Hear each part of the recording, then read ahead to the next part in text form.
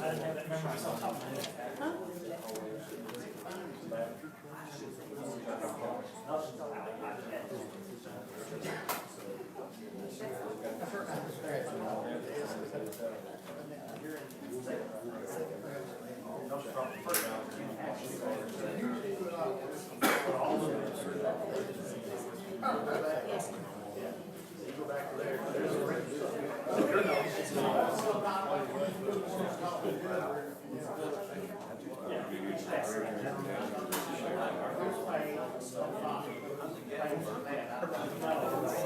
Second draft, first draft.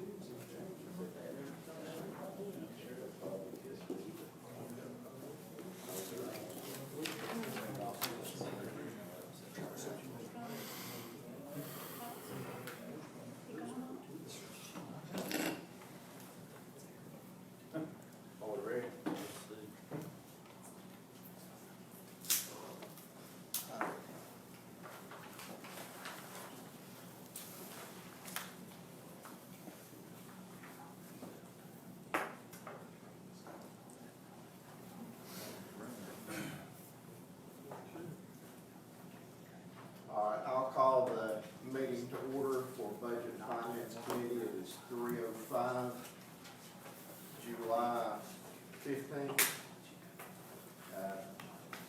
The purpose of this meeting will be to discuss draft 2. Ms. Clerk, if you call the roll, please. Rick Brewer. Here. Keith Gibson. Here. Valerie Goins. Here. Mike Correll. Raymond Jesse. Here. John Metz. Here. Charlie Thacker. Here. And we have Mark DeWitt. Here. Mr. Chairman, we have 7 members present constituting a quorum. Guess we'll just jump straight into business and recognize Mr. McCann. Thank you, Chairman. If everybody turn to their blue sheets here, it's your budget notes for second draft.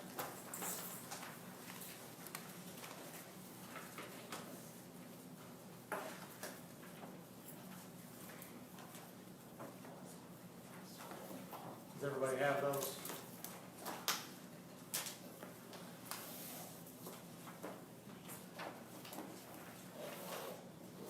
We'll read over those together real quick. General fund. Some revenues and expenditures have been updated at this point, now operating on a mixture of estimates and actuals. The state board bill has been reduced by an additional $101,000 due to coming in lower than anticipated. The wheel tax revenue has been increased after seeing collections for a complete year. The erosion project at Lower Run Park was not completed in the 18-19 fiscal year, therefore that expenditure has been moved into the 19-20 fiscal year budget. New playground equipment was not, also at Laurel Run, was not to be purchased in the 18-19 fiscal year, therefore expenditure and matching revenue for this project are now in the 19-20 fiscal year budget. Judges' salaries for general sessions and juvenile judge have been updated to reflect the 2.4% increase, which is 0.3 higher than the 2.1 we originally estimated. Hawkins County Sheriff's Office and Jail now has the proper retirement rate of 7%, reduced from the last draft, which still had the old 8.68% left in. All items from the green sheets that were accepted are now in the second draft. All contributions that were accepted are now in the second draft. Reductions in 54990-425 and 56700-425 are now reflected as such per the request of the Budget Committee. New salary scale and 3 implementation is now reflected in each individual salary line item as well as the accompanying salary-related line and solid waste. Reductions in 5571045 and 557315453 are now reflected in the second draft per request of Budget Committee. New salary scale for implementation is now reflecting each individual salary as well as the salary-related line items. Drug fund, some expenditures have been updated, revenues have not yet at this time. Highway fund, some expenditures have been updated, revenues have not. Per road superintendent Bean, there was an additional $1 million put into $62,399 for paving. In funds 151, 154, and 156. They have been changed to reflect the 2019 bond refunding issue. In Fund 171, it now has the 2-cent budget committee requested. The $250,000 for building improvements has not been spent or encumbered at this point, so that expenditure has been moved into the 1920 fiscal year budget. And then the other individual sheet you have laying loose should be the summary here of the second draft. Does everybody have that one all right? Should reflect total revenues $17,880,741. Total estimated expenditures $17,933,844, giving us expenditures over revenue negative $53,103. Estimated beginning fund balance July 1 $6,735,500. Less the restricted, committed, or assigned funds of $982,866, leaving us an estimated unassigned fund balance of June 30th, 2020, $5,699,531.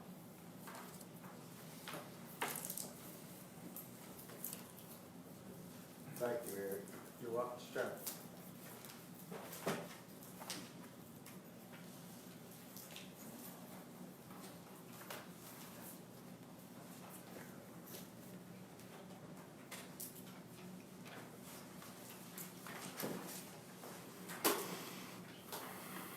So, when you remove the expenditure for the,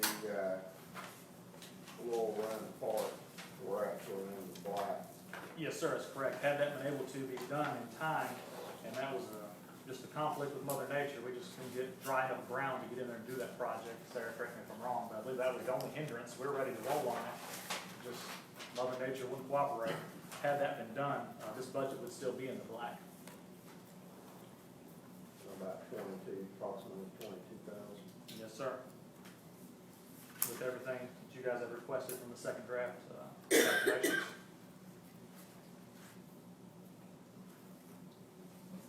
Floor is open for discussion.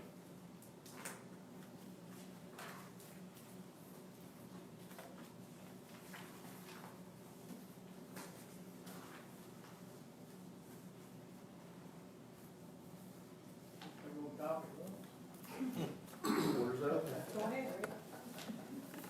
Well, I know one thing that I want to see taken care of today, the mayor requested that additional person, and the money, the way I understand it, is we didn't take it out, it was still in that budget. And I think the personnel committee did not act on that. Personnel committee acted on it, Greg. There was a motion, and it died for lack of second. Essentially, no action was taken. And we're planning another personnel committee meeting in the very near future. Therefore, at this time, we probably need to leave that money in that budget. I'm for leaving it in there and going ahead and making the motion that we fund that extra person, and the personnel committee comes back, okay, that the money's already there in place. I'll make that motion. Okay. So you have a motion by Commissioner Brewer and a second by Commissioner Jesse to leave the funding level for the mayor's office where it is right now. I guess that needs to be switched over to, if that was left, that was in part-time, so that needs to be the line item, needs to say full-time. Ms. Davis, do you have something you want to say? Would there be additional funds to that, Eric, or is that what you meant, Mr. Brewer? The $30,000 from the part-time would help offset that, but then there's still, depending on the salary grade, an additional around $9,000 to $11,000 they would need. But the mayor's office was turning in, as it stood, $35,000. So we could just reduce the amount the mayor's office is turning in. It wouldn't actually require any new money. We just wouldn't turn in as much as originally had planned. I think where we're at right now, we just need to up the budget calculation. This is nothing for final, but, you know, for budget calculations. The rest of that money, you know, we have to come up with something later, but just the 30, what was it, 33,000? 30 even. 30. There are some line items in there that, the mayor presented a sheet that had some savings on it. I asked Eric if he's comfortable moving some of that. Some of it has already been realized, and Eric, correct me if I'm wrong, you're gonna be able to move some of that, is that right? I'll have to get with Sarah and analyze them. Some of those savings originated out of the county buildings budget. Okay, So okay. there's real savings, and some of it hasn't been realized, some of it's locked in and will be realized, but it doesn't all flow through 51,300 necessarily. So really, bottom line, there's no impact.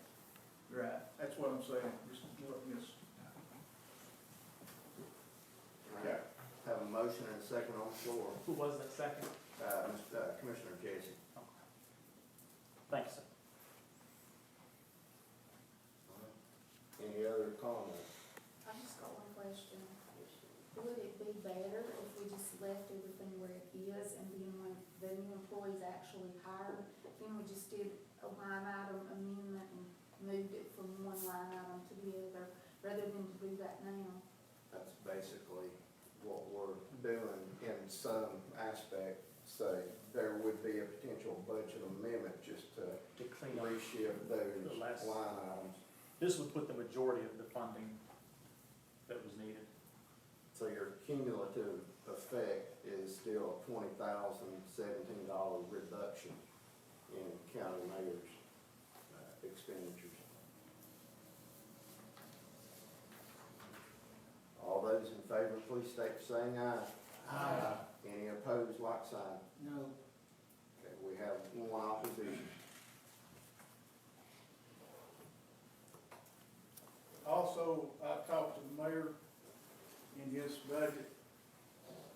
I'd like to make a motion that we reduce his travel by $1,000, and he's agreeable to do that.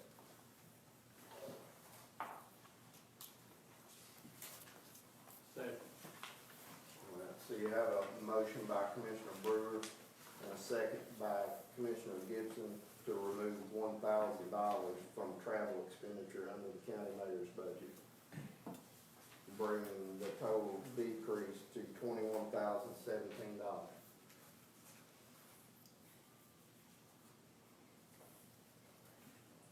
On page 8. Any other comment? All those in favor, please state by saying aye. Any opposed, like sign. Motion passes.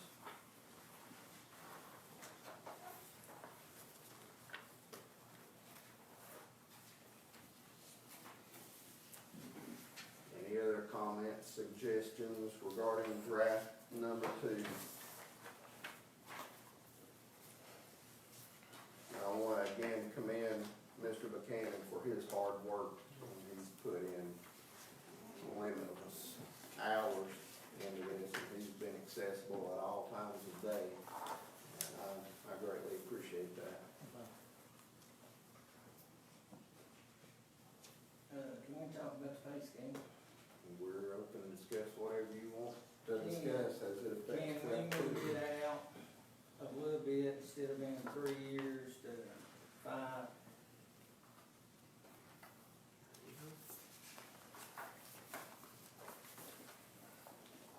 Do you want to address this, or you want me to? As the budget committee member, you can advise me to do it that way. Now, none of the numbers that we ran to this point have been set on that. One of my concerns would be that, you know, we're looking at July 15th today, have to have it passed by August 31st, have to have it prepared and ready really by the middle of August to get it in the paper in time to be in compliance. That is a pretty major shift, and I'd be hard pressed to get that done in time. I'll make a comment on that. Yes, sir. Challenge with that is, when we put this together and compared it with a 2% cost of living adjustment, the figures are about the same. So if you're gonna stretch it out to 5 years, you're gonna take any increase that they got out of it in the first year. It just, we can't afford it, and there is no sense in putting these employees off 5 years for full realization of their pay scale. 3 years is long enough, in my opinion, and it costs no more than putting in a cost of living allowance. May I say something? Sure. I agree. And first of all, we can't afford it this year, we can. And we've also said if something happens next year or the year after that we have a catastrophe or some sort of problem and we can't afford to do the second phase that particular year, we don't have to do it, correct? Isn't that the way we? That's the way we laid it out. I mean, We hope that we don't have that issue, but if we did, we still have that option. yeah. So why even move it to 5 years when you've got that option in place? Well, there's a lot of other negatives to doing that. You know, and I've said this at every meeting. The personnel committee was tasked with this problem. Everybody knew it was a problem. Everybody knew it was gonna cost a little bit of money. But when you look at what most people on this salary scale are making, they're below poverty level. We have to do something. And putting it off to over 5 years is not a good enough incentive for somebody that's working and being rated on this pay scale. It's just not. I personally would be offended if I were working and being on this pay scale. I mean, we know the people are valuable to us, we know we need to retain them. And the cost of this, and we've said it before, it's gonna be comparable within a couple $1,000s of the cost of living for us. And this is a true raise versus the other, just, you know. So, I would advise you to not go to 5 years. I don't have a vote in it, but that's just what the personnel committee came up with. Was that a motion you made, a suggestion? Well, I'd like to make a motion that we completely do away with pay scale.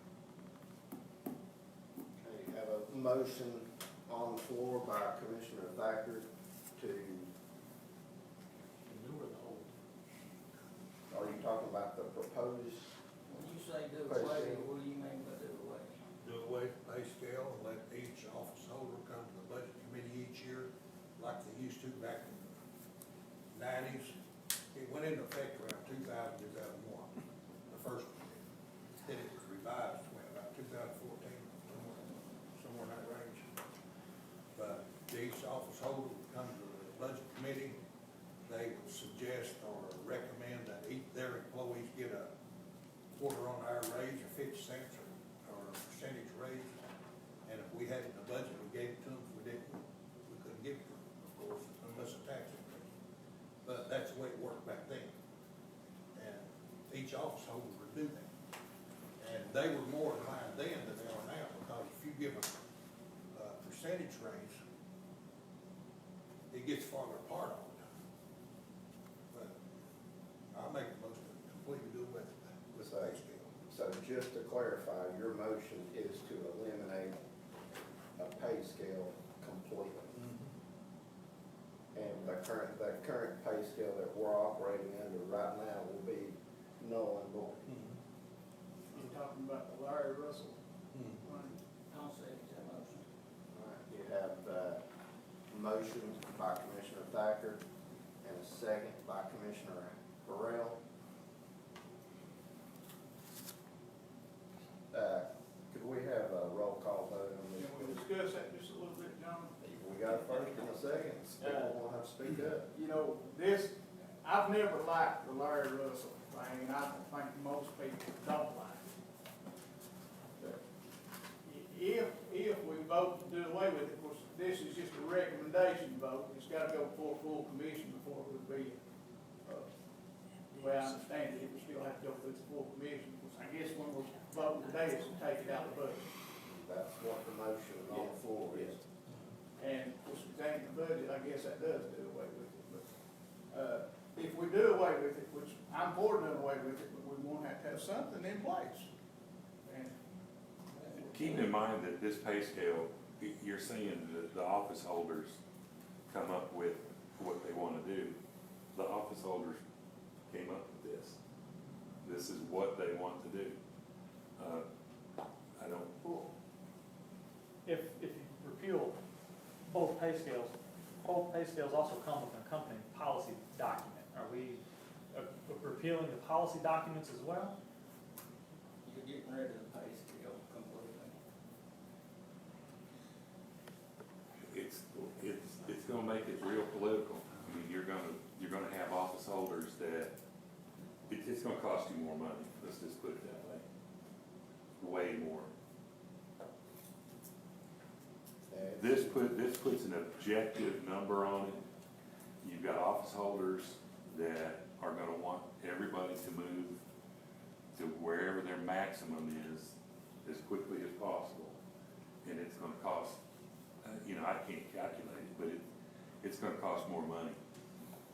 But Mark, is that not really the only way that we're gonna fix this thing? No. How much is it gonna cost over 3 years to get everybody up with the pay scale? What's the latest, Eric? I'm talking about total number. It was 170 a year when we talked about it, but I think it's less than that now. 158, I think was the newest. one we had 158. per year. What's first year? First year, years First 2 and year. 3 are subject to have some fluctuation in them due to advancing across the scale, turnover, promotions, different miscellaneous things that will factor So into how year much 2 is and it 3. gonna cost over 3? That's what I'm getting at. Total Multiply cost that by over 3. 3 years. This is. You get close, you multiply it by 3. 480, 450 or something. Yeah. How does this affect new hires coming in if there's not, They started- the office holders who start about They wherever? started at step 1. And I think Well, you wouldn't have Mr. to Gibson's question was if everything was abolished. Oh, okay. Started out Yeah. wherever they. If it's abolished. Essentially, I think it would be a free-for-all. It'd be a- Free for all with supposedly the approval of the personnel committee, but if we're doing away with that and we're doing away with the policies, then the policy to go in front of the personnel committee with that would be abolished too.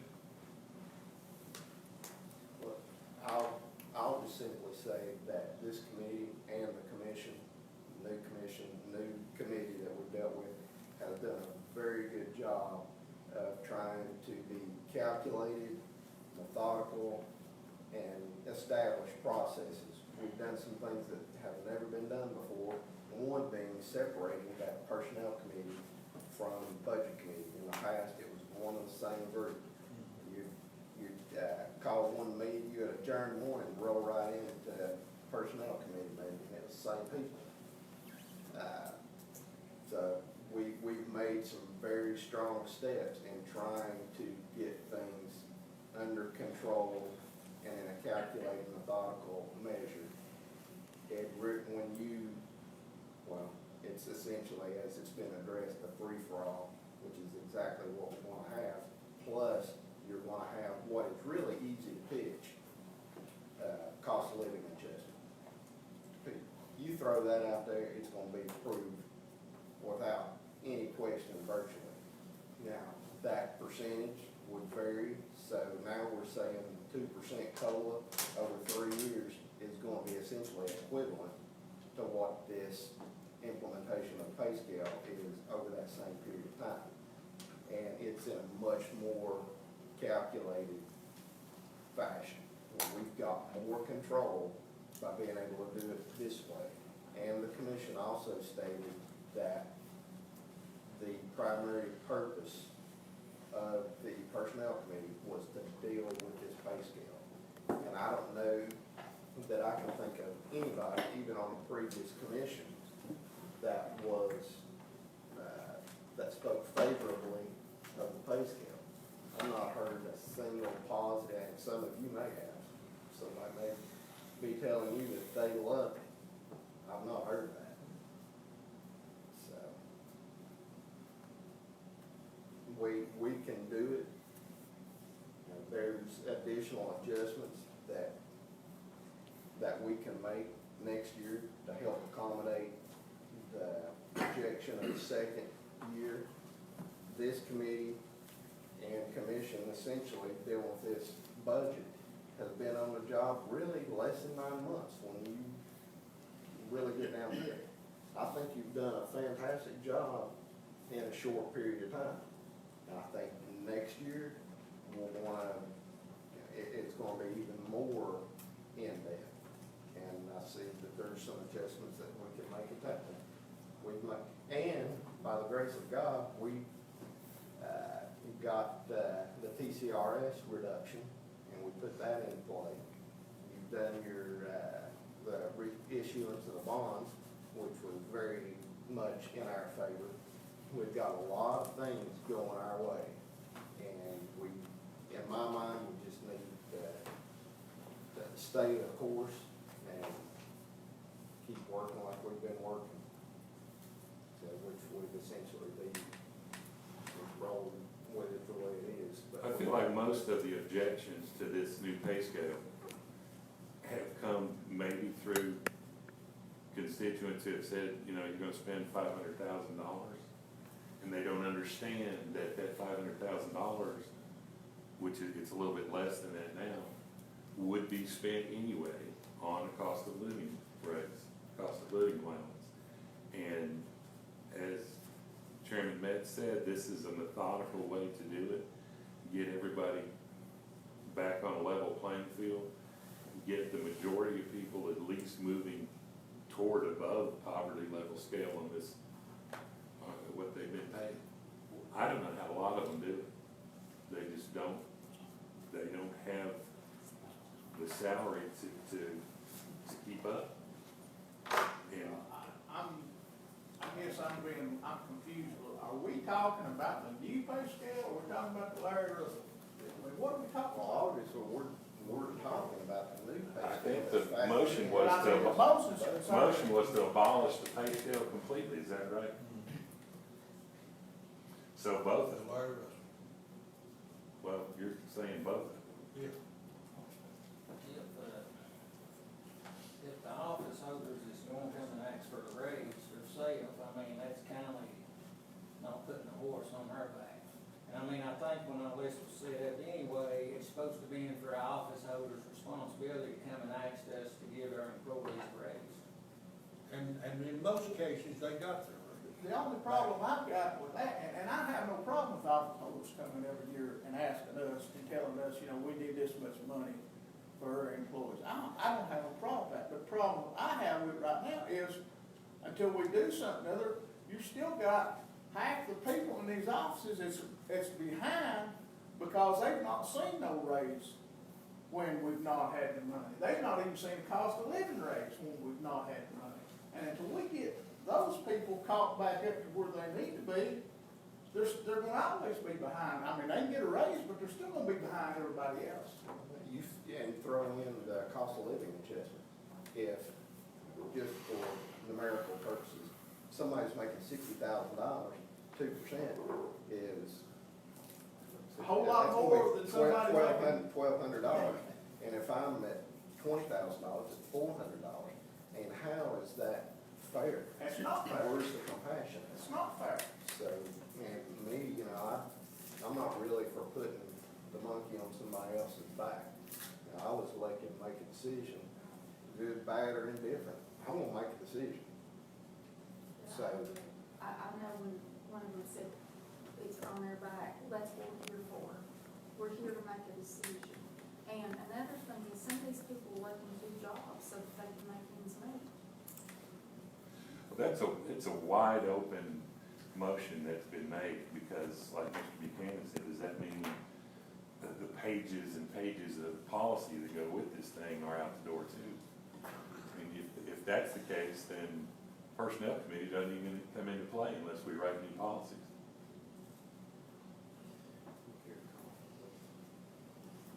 John, can I say something? yes, Can I I've worked in both situations. We go and ask for monies, sometimes the money wouldn't be there. We wouldn't get anything. On a pay scale, at least they're guaranteed something. The pay scale, the one that I don't like Larry Russell, never have liked it, but the one that you all is the fairest one that I think for these employees. I worked here for 30 years, I know what it's like. We work for nothing. Well, you've got a morale issue too.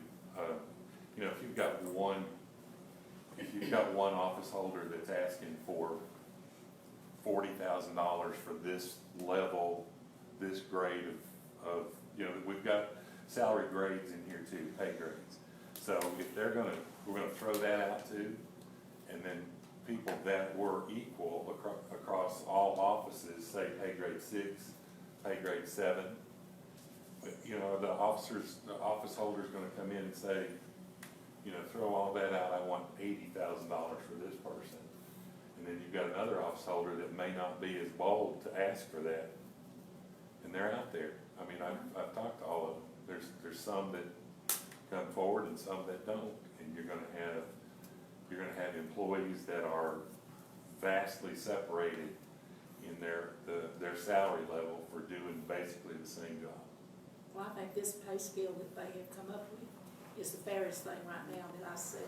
Larry Russell's was not fair, no matter how you looked at it. Well, This one, we've put hours into this thing.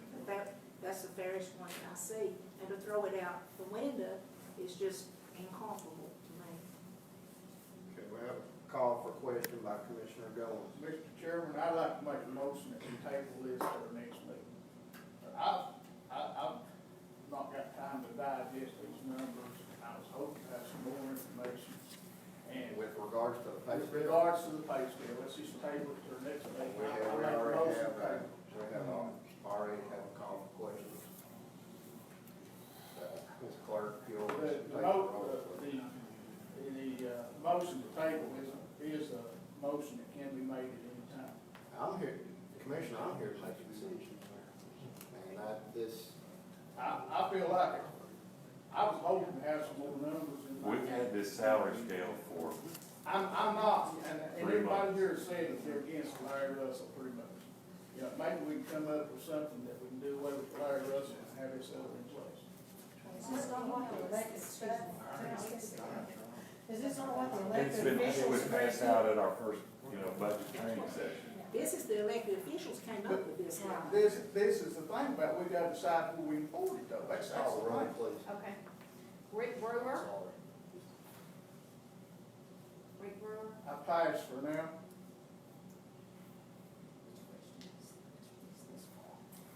Keith Gibson? No. Valerie Goins? No. Mike Correll? Yes. Raymond Jesse? Yes. John Metz? No. Charlie Thacker? Yes. Mr. Chairman, we have 3 yeses and 3 nos and 1 abstain. So now, Mr. Buchanan, I assume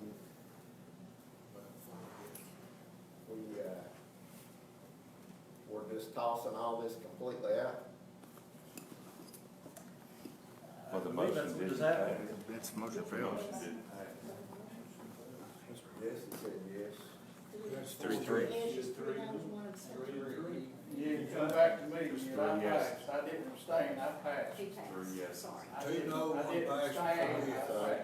So we We probably. have a yes with Charles Thacker, yes with Raymond Jesse, yes with Mike Correll, no Keith Gibson, no Valerie Goins, and no John Metz. 3-3 with the pass. It passed. Vote. I get to go back, I just passed, I didn't abstain, a pass is different than an abstain. Okay. Rick? You know, I can go back and vote. And my problem is, you know, we're voting on this thing, this is something that needs to be discussed and debated, because this is a very important thing. And I've not heard anything from the office holders, you know, I'd like to know what. We'd be glad to speak if you'd allow us. I would like to hear from the office holders. All right, You know, let's- but we're let's- voting. I mean, let's we've do done voted. this. Let's do this, because I don't wanna let's just hold this conversation for right now, and then we'll get to that. And I apologize, but I don't know who it was last time that had asked about Hawkins County Emergency Response Team and eliminating that $19,600. If there's no opposition, I'd like to go ahead and hear them, to ask their questions, and then that'll permit them to be able to go and take care of what they need to do, and then we can get back on this subject. Are you guys okay with that? Dustin, the judge here. And We Judge probably Ross him. also, so if nobody's opposed to that, can we? I'm not opposed to it, I'd like to hear from you guys. Okay. So Hawkins County Emergency Response Team, they're here to answer your questions. I assume what you may want to know is actually what they do. I think I've been told, I've learned, I was given a lot of misinformation before, and I've learned what I needed to pretty much know, but, you know, if there's anybody got any questions. Yeah, so let's just, if you would, just go ahead and. Okay. I guess the easiest way to sum it up is we're kind of like the comprehensive part of your auto insurance.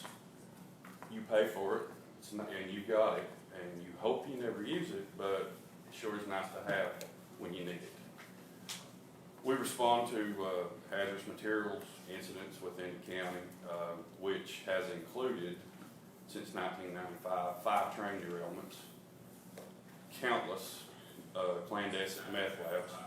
Sheriff Lawson and Chief Allen can attest to that. There was a lot, we spent a lot of time with these guys. We're all on a first name basis, and when they had the anthrax scare, if everybody remembers that, we also had to respond to those. And to give you an idea of what we are looking at, we've figured on worst case scenario for 4 people, like Justin, Ben, me, and Justin. Say we suit up and we walk into a vapor cloud, and for whatever reason, the equipment that we use that is on each of us, we have to throw it away. You're looking at ballpark $7,000 per person that can never be used again. That's not counting the tools. That's not counting setting up a decontamination. That's not counting what the fire departments may or may not use. That's not counting what they may or may not lose. That's just what we lose. EMA, the prior EMA, and Gary, both, Tony Armstrong and Gary, have both worked very diligently to get grants for us. We have got some of the best equipment in this region, not in this county, in this region. If you put our guys and our trucks and our equipment up against Greene County, Hamlin County, even to a certain extent, Kingsport, we are ranking right up there with them as far as the equipment goes. As far as our training goes,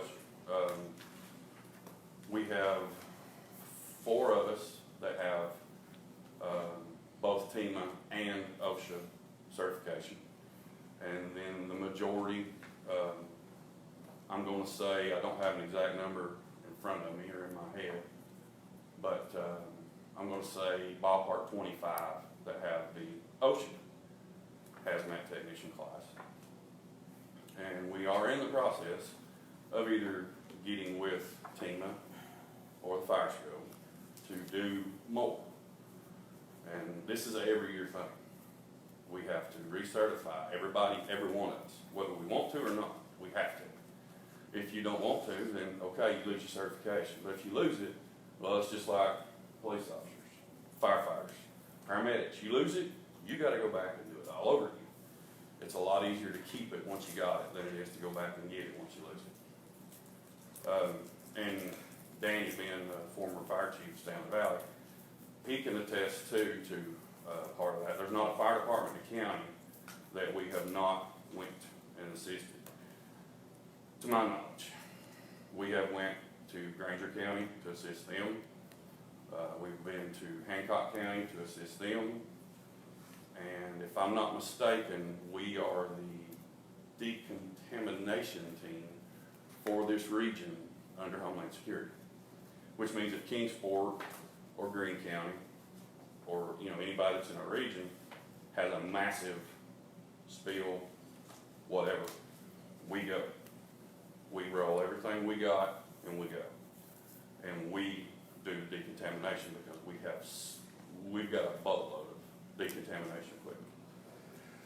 As far as, Hancock County, we got a call to assist Hancock County a few months back, and while en route to that call, our frontline truck broke down. Costed us $4,000 to get it fixed. And we got it fixed and it's back up and running.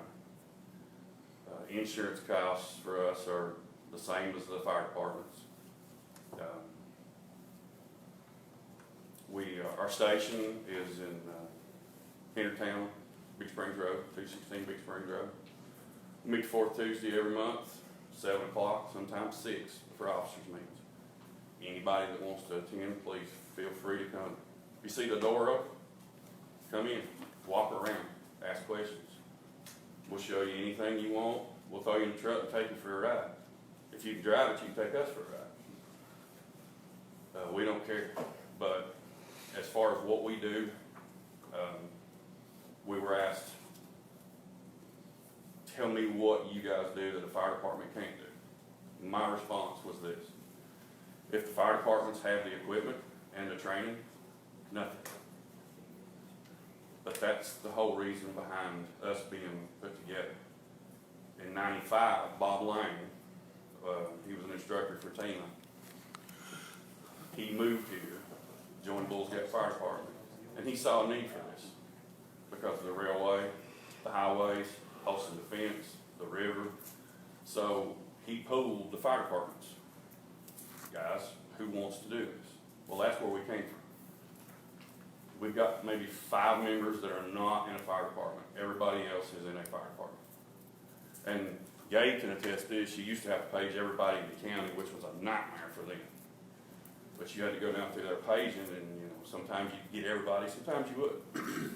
So we've kind of condensed everything now. And we've got our own building, we've got our own charter, we have our own tones, even have frequencies, you know, to get off the fire channels. And, you know, we go when we're called. We answered 9 calls total last year, 5 responses were paged by, I believe, 911, 3 from the city, and 1 was a funeral call. No, I'm sorry, a public service call. One of our guys took a truck to Kepler School at the request of Officer Joey Maddox. We don't run a bunch of cops. We don't. We cross our fingers that we don't have to. But when we do, we're normally there no less than 2 to 4 hours. And we contain, we don't clean up. If you call us and there's a leak, we're going to plug it, if we can. We'll dock it, we'll stop it, whatever. Thank you. Thank Are you. there any other questions? Are you the gentleman I talked to on the phone? No, that was Justin. Justin, I got a lot of misinformation to start with, and I was told, I'll tell you exactly what I was told. That you guys didn't show up half the time, but the fire department's done the job, and I was just saying, and I thought the information was correct. And I'm for paying whoever does the work. That was the reason for what I said, what I did in the other meeting. And that's... And, you know, I was willing to give that money to the fire department if we didn't have an emergency response team that would have shown up, okay? Well, that's I why... make a motion, we leave it just like it is. That's not even needed. Well, if it's needed, I'll make it. If you go outside the county, do you get reimbursed, or do they help you? We bill certain entities. If it's a private, say like a trucking company, we're the wreck on Highway 31 in Hancock County, yes, we would bill that trucking company. We would bill that trucking company for what equipment we used. Now, What you lost, like. Yeah. Yeah, that's what it. yeah, but as far as in county, we won't turn in a bill to Hawkins County. when the chemical fire happened up here, when they told us that we had cyanide in that runoff, I was this deep in Crockett Creek, sitting up underflow and overflow dams. Yeah, I can understand if it's within the county. I was concerned about going outside. Yeah, if we go out, yes, we bill, we do send bills to private entities. I don't think we've ever billed Granger County because, you know, they requested us to come and we go after that person. And if they don't pay it, we just eat it. Just write it up. That's all we can do. Yes, sir. It's a good group. It's good to have them pulled up out there when you're needed. I appreciate you coming. And I agree with Commissioner Brewer, there was some information, misinformation given. I support that group. We greatly appreciate you coming, clarifying. Thank you for asking us. Thank you so much. Thank you. Thank you. Judge Ross. Sir, thank you. Come sit down.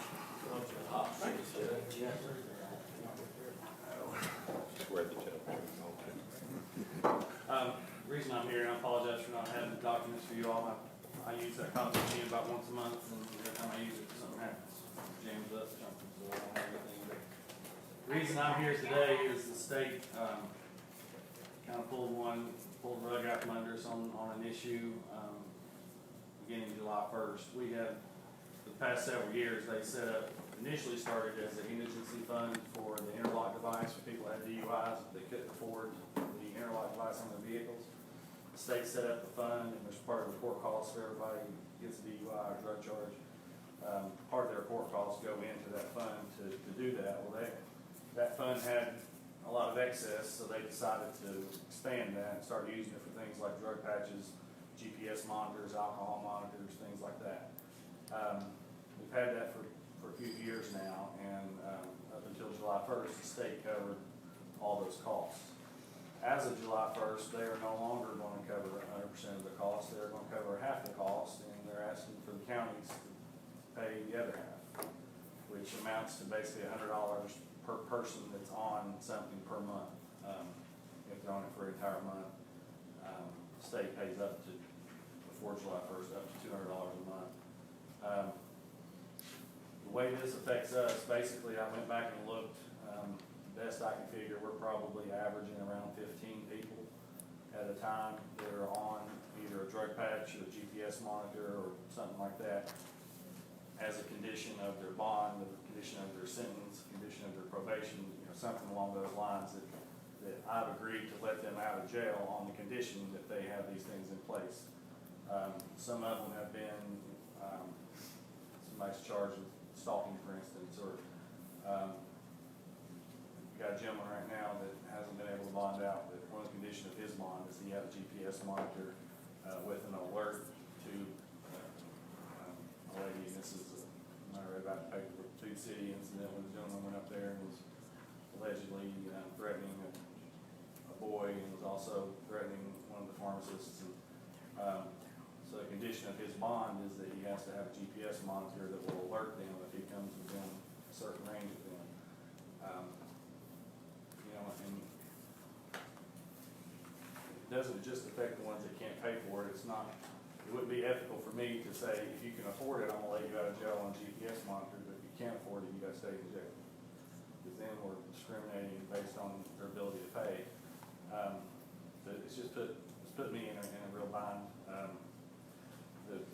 Obviously the cost of that, if we average 15 people, it would be $18,000 a year, which I know at this point probably sounds like a big chunk of money, but one thing to realize is it's $100 a month for somebody, and if they're not out on these monitors or these patches or whatever, they're going to be in jail. Where I understand the cost of jail is about $1,000 a month. Is that pretty close? $32.75 a day. $32.75 a day, which over the course of 30 days puts you right at $1,000. So basically what it comes down to, if then I'm not going to feel comfortable releasing them at all, which means they're going to be sitting in our jail costing 10 times more than what I'm asking you to do. So that's where we are, and I don't have, the way it's set up, and I apologize, again, I think, Mr. Matt, you've gotten a copy, I think, from the state. And the way it's set up is you can either do it on a monthly basis, where you send in a certain amount each month, but it has to be a set amount from the beginning, or they can do a lump sum payment, and they take it out, and it'd be up to us to make sure that we track it and don't go over it. I don't know what else to do. I never had to come and ask you guys for anything before, other than just regular budget stuff, but, this one's gonna put a real wrench in the system if we don't do something. So, I talked to Mr. Buchanan about whether or not this would be something that would go through my budget, or would need to be set up separately somehow, and he indicated that he thought it'd make more sense to go through my budget. We could track it, we work with the monitoring people already, so we could keep track of it, you know, and do what we need to do there, but, I don't know what else to do. If we don't do this, then no one in the county that can't afford to pay on their own, and it's more expensive than $200, that's what they agree to take from the state. It's actually about below $300 a month if you pay privately, and a lot of people that we have just can't afford that, so, it's kind of where we're at. When they pay their fine, can we tack that back on to get it back, or? Well, they're already indigent, I mean, we can add, I guess you could add it on, but they're already indigent, or they wouldn't qualify for it to start with. So, you know, a lot of those people are paying what they can, $20, $30, $10 a month, whatever. I don't know. Could you tie in with the probation judge? They're able to go away to probation or not? I'd say the amount of people that I've talked to, I mean, people that actually pay their probation fees are probably 50%, I'd say, that can actually afford to pay them. They certainly don't collect all their dues. I mean, we could probably look at trying to figure out some way to get it back, but honestly, I mean, like I said, these people are indigent anyway, or they wouldn't qualify for the fund. And I don't know if there's something in that statute that says that you can or can't go back after going forward or not. Do you ever see? I didn't see anything, but I wasn't looking for that either. Well, if you're lumping them all together as, the ones that are able to pay and the ones that are not able to pay, then I think being able to try and get some compensation back would be a logical thing to look at. Yeah, I mean, we can try to figure out if we can somehow tax that as court costs and try to collect it at some point down the road. You know, certainly try. But again, you know, like most of these cases are probably going to, in some aspect, involve drug cases, and you know, court costs on just one drug charge are ridiculous. I mean, in the thousands of dollars. So if they get caught for, say, paraphernalia, and then they have marijuana and some pills, for instance, the court costs are several $1,000s right there. And, you know, these are people that qualify for the indigency, which means they're probably on disability or SSI or make minimum wage at best. So, you know, we could certainly try to recoup it, but I wouldn't make my decision based on the thought that we're going to be able to do that, because most of them have no money to start with. Let me ask this real quick, and I'm not even sure I'm using the correct verbiage on it. That drug fund that you got the fund balance in, can it be used for? I don't think so. That fund is set up to provide treatment. This is alternative incarceration, basically, so, I looked at that too, and Mr. Buchanan and I discussed that. It's called the drug treatment fund, so it's set up to provide treatment. This isn't treatment, it's, like I said, in a lot of cases, it's for the protection of a victim, or, for somebody who, like I've got a gentleman that's out right now that, he was in jail, and I'm getting ready to, because of this, I'm getting ready to have to put him back in jail, even though he's out and he's staying clean, and he's doing everything he was supposed to do. My condition of him getting out was he had to have this patch. He's had it, he's been out for about a month, he's stayed clean, he's getting a job, he's doing everything to take care of it, he's got kids at home. He's doing better than he probably ever has, but I'm gonna have to put him back in jail because he can't afford to pay for this patch, and that was my condition of him getting out. So he's trying, I gave him until Wednesday, come up with the money to pay for the patch. So now he's not to sit in jail for, I think he's looking at about a 2-year sentence to serve for me. Because I don't think, the people that have been on that drug patch, for instance, and it's not all drug patch people, but that's, the only thing that the state's gonna continue paying for is an airline device for the DUI charges. But like the drug patches, for instance, you know, I've worked with several people that said that's what's kept them clean, because they know they can fake a urine screen, they know that if I use something today, it'll be out of my system by, you know, my Monday or Friday, whenever I go back to probation. They know that they can finesse that system a little bit. The drug patches, for instance, if they use, it goes into the patch, you can't really do anything to alter that, and we're gonna know they're used. So I've had a lot of people tell me that that's helped them stay clean once they've gotten out, so. So would that be classified as treatment? If they're, no, I don't, treatment is gonna be like if we're providing, like my recovery court, for instance, you know, they go to counseling sessions, you know, that's different. If they're out, if it's a condition of their bond, for instance, I don't think that falls within that statute.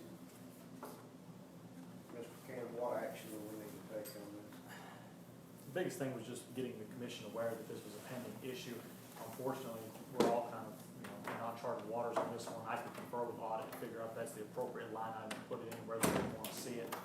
I could also confer with audit and CTAS to see if there is anything where they would allow that for the drug reserve fund. The thing I would caution with that is, though, we have to look at the inflows and outflows of that. I mean, if that's going to exceed, if it's 18,000 a year roughly, and that's going to exceed what we're putting in there, we're putting a Band-Aid on it. Eventually, that will run out, and you're going to complete the fund. Yeah, So that fund is what I hope to set up to rehabilitative housing, and if we nickel and dime it for the next 5 years and there's nothing left, then we don't have anything, and then we're still having to pay for it. So we can essentially delay it, but, you know, so I think that the commission just needs to be aware this is something, and if, you know, you're gonna allow this program to continue, you're gonna have to fund it. And again, this, to me, it's, I mean, if those 15 people that are out on these patches, whatever, costing $1,500 a month, are sitting in jail, which is where they're gonna be, it's gonna cost you a lot more than that. Sheriff Lawson will just be in here asking for more money for the jail. So, I mean, that's the way I've viewed it. No further questions for Judge Ross? What's the cost of drug patch? Well, if you pay for it privately, it's about $300. But through the indigency program, the providers, they have agreed to accept $200 per month. The state pays $100 of that, we'd be responsible for $100. No further questions? How much are we talking about on the years? And again, all I can do is just look at what we've had in the past. I'm figuring we need to figure around $18,000 for the year. And we can, after this first year, if we end up figuring we overpaid or underpaid, it can be adjusted, but that's my best guess, about $18,000. So, are we saying the money's there right now, but we're going to do something after this year? No, there's currently no line item set up for this, so. Yeah, I didn't know this was happening until I got my updates on July 1st. Here's the new changes to the judges, and they sent us this letter, and I was like, oh. So, and we've got people on, I mean, it's, you know, they put in there, you got till September 15th, I think, to make a decision, to get it set up, and you have to go through this whole process to set it up with the state. It looked like it would probably take some time, so that's why I wanted to hurry and get in here now. So we'd have some time to try to get that set up as it goes through. How long do they wear a patch? Until I tell them, they last for 2 weeks. So, every 2 weeks they get changed, it gets sent off to the lab, and we get the results back, usually within 48 hours or so.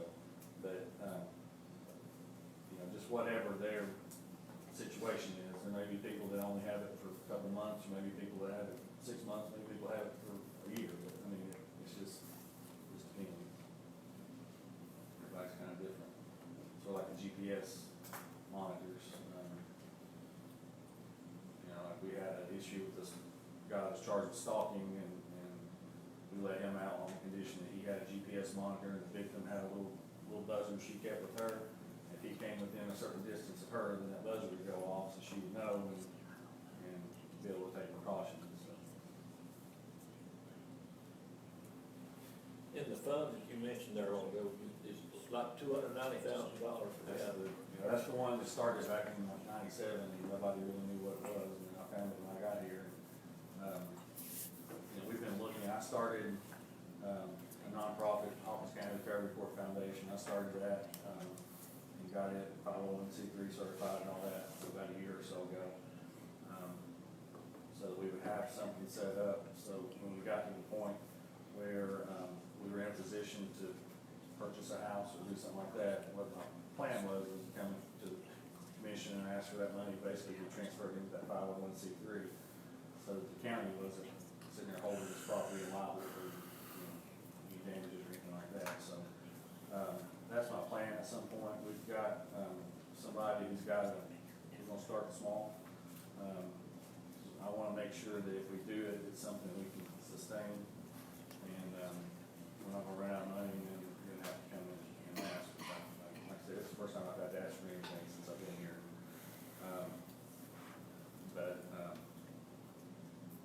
Yeah, that money's sitting there, and what we're gonna try to do is, we've got somebody that's basically agreed to let us have a 2-bedroom apartment to start with. And we just gotta do a little bit of work to get it up and running, but we're gonna start there and see It's how that still still collecting today too. Yeah, it's, Randy, do you know about how much goes into that every year? It's not much, it's like 10, 12,000 or something. I think last year is 18,000, I think. 18,000, but we've been pulling about 12,000 a year out of it to offset the recovery court budget too. But So if we could get the green light to take 18,000 out, we should break about even every year on it, and shouldn't we got that much coming in? well, like I said, we've been using 10 or 12 of it to offset the expenses for the recovery court already. So we're basically taking out most of what's going in. If you start taking 18,000 out of it, yeah, it would fund this, if you can, it would fund it for 8 years, 10 years, or whatever, but then there's not gonna be any money there, and when we pay it out of pocket, we're not gonna have any kind of treatment facility or anything for these people to go to, so that's, I'd rather avoid that. We've heard from Judge Ross, and, Mr. Buchanan will be back with us with, the additional information that he just mentioned, so, thank you, Judge Ross. Thank you all.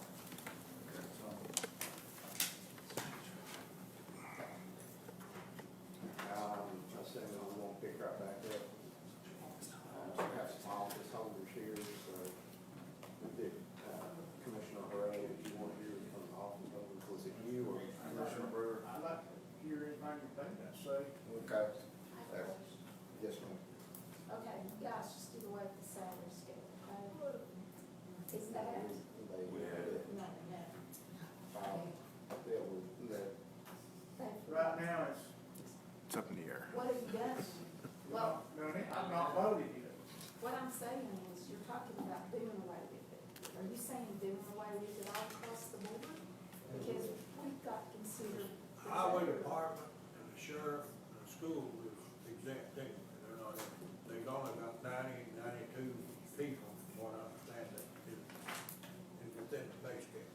That's about right, Mr. Chairman. Is that accurate? That's Very rough. roughly scale Mark or? is for the general fund minus the sheriff's department and for solid waste. Nobody from the highway that I'm aware of How many people does that affect? is on that.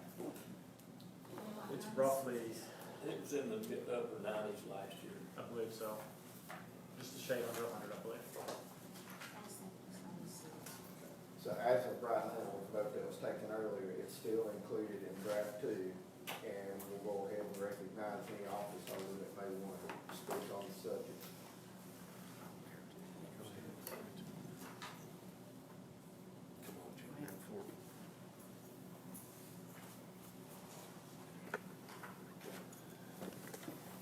The salary scale that Mr. DeWitt had presented you all was something we had worked collectively on for about 2 years.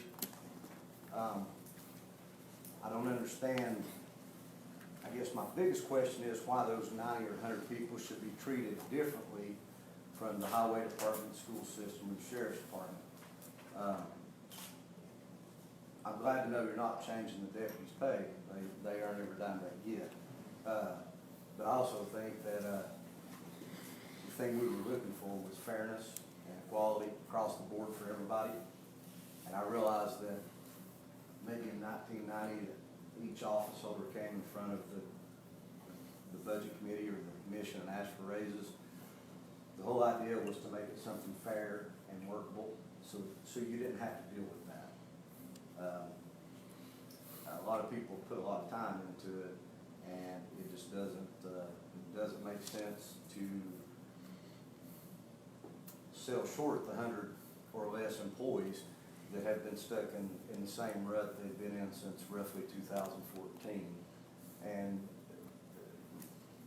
just to be quite honest, the commission has failed our employees because this was supposed to be reevaluated after so many years and it was never done. So several office holders, and we all pretty much agreed to it, came up with a scale working off Mr. Russell's scale to come up with something where they would have incentive and they would get something for longevity. I'm really at a loss. I don't know what else to say except this was something we put a lot of time into, and it seems fair and it's kind of a no-brainer as far as keeping it the same across the board for every office. Is there any questions I can answer? This is a question that I have, Mr. James. You know, and I know each office holder is different because some of them are better off than the others are. Is this actually gonna fix it for, say, some of the employees that's right now that's, and I'm aware of the problem, and I've always been, you know, I've said, you understand exactly where I've been on this. But my question is, if we've got employees right now that's been there for years, and you may have an employee that's come in and maybe been there a little over a year, making almost the same amount of money, is this gonna fix that? You know, because are we gonna be able to put those employees that's been here for years, are we gonna be able to put them where they need to be with this? If we follow the scale that Commissioner DeWitt has proposed, it would put the longevity into effect. And yes, it would correct that. A person who's been here a year or two is not going to see very much of the pay increase at all. Someone who's been here 20 years may They're see topped a little out, bit. everybody's been here 20 years, pretty much topped out. Hypothetically, they're topped out, but they're not topped out right They're now. not topped out, No. they've been here 20 years and not No. topped out. No, they're not. Not all. Well, I say What is it gonna fix that? it It's will, gonna yes. help. Will they be topped out after 3 years? Several would. I'm sorry, I don't understand what you're asking. When we get to the 3rd year of this pay scale, the people that's been here 20 years, are they gonna actually be topped out? Well, according to the scale that we have, they should be topped out after 10. So, yes, I think they would be topped out after the 3-year implementation, as long as we keep the steps in place as well. So, You have to understand that on the old scale, when Mr. Russell put it in place, everybody the term was put on the scale. And some people were way up, some people were way down. That scale was never used properly. There is no gray area on this new scale as far as your length of employment is where you are on this scale. If you've been there 10 years, you're topped out. If you've been there 4 years, you're at step 5. There's no subjectivity to this. This is all objective measurement of their longevity, and that's what everybody felt was fair. So what's the plan after 3 years for the ones that ain't topped out? We keep this scale and we adjust it every year, as the old one should have been. We adjust it every year for cost of living. So if So you're, we're going back to cost of living after the 3rd year? is that what we're you're saying? on this scale, but adjusted to cost of living. So if Mr. Buchanan's been working in the trustee's office for 4 years, he will be up to a 7-year at the end of this pay scale. The next year he's gonna go to an 8, the next year he's gonna go to a 9, the next year he's gonna be topped out at a 10. And as long as the cost of living adjustments are come into play, which they have not in the past, it's never adjusted the salary scale. They got a cost of living, I think, a couple of times, but it did not adjust the scale. And that's what we run into, to clarify Commissioner DeWitt, I hope it clarifies it. That's the difference in each office holder coming in and going, hey, I've got an employee that's just awesome. For whatever reason, they need to make $35,000 a year, and somebody else over here that I may not think is so awesome might make $22,000 a year. That's where we got off kilt with Larry Russell's scale before it was implemented. There was different pay ranges for the same job, and that's what the whole idea was to eliminate that. And that's on the office holder. If you have someone that's not, you know, they're not carrying their weight, they're not doing their job, it's our place to follow through and reprimand them or do whatever we need to do to get them where they should be on their work level. All of those adjustments in timing and when we need to relook at the scale and everything else were all laid out in the explanation pages that we gave out with this. We've had it since the budget training, and I emailed it out again last week. My theory is, all we've got to look at is that piece of paper and the pay scale. And would it be a 5 or 7 or whatever it may be. But the office holder, each office holder that's got people working for them, they know what that person is doing, what they're capable of doing during a 7-hour period of time that they're working or 8 or whatever they're working. They know whether that person deserves a raise or not. We don't. But that office holder does. And if you've got somebody that comes in there and they do everything they're supposed to do in their period of time that they're working, then I'm sure that the office holder's gonna see that they're gonna make a good salary, or at least what you can afford, or what the county can afford. But if you've got 1 or 2 that comes in there that just does what the minimum that it takes to get through in the run of a day, then the office holder knows that too. We don't know that. All we've got to look at is that line, those lines right there. Mr. Acker, what concerns me is every 4 years, you could have a different office holder. Good. And this person may have people working in that office. I don't like that person, I'm not gonna do that. I'm not gonna give him a raise. And this one puts everybody on an even keel. And office holders could have favorites too. Well, that's basically what I'm saying. You have somebody you don't like, they don't get a raise. Somebody that don't do nothing you like, they don't get a raise. I agree. It keeps them on a level playing field. But it's not level yet. No, not level yet, but it will be with this pay scale. And And it'll be more so. I think you're exactly right. You could have favorites that you could raise up above people that maybe wasn't a favorite. I worked in banking for 10 years, and when I worked at the bank, I was a woman, and there were a lot of men. What I'm trying to say is, we got raises each year determined by the president of the bank. The men would get usually $75 a month per year, and the women would get 50 because they were women and they weren't men. But I'll guarantee you that those women worked as hard or harder than those men did. So I'm afraid if we do this, that's the type of thing that'll go on again. And it's not fun being the person that does all the work and gets not much of the pay. That's all I've got to say. That office holder is getting, they're elected every 4 years. They have people working for them. They know who does the work, and they know also the ones that sort of lag behind and don't do as much. But the office holder getting paid to see that person works. We don't know where that person does that job or not, and that pay scale don't tell us that. Mr. Chairman, would you recognize say that, as an elected official, just like Mr. Shanks and Ms. James and Randy and our new administrator of elections, it's our job, once this commission passes that scale, to make sure that our employees are doing the work that we require them to do.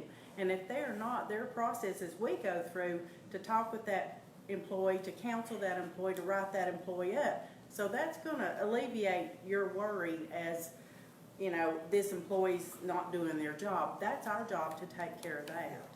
Well, you see where I'm coming from though, see, all we've got is what, Mr. DeWitt's got there, And it has lots of policies that we're gonna follow to go along to ensure that our employees are doing what they need to do. That's our job. We just ask you to please look at this pay scale.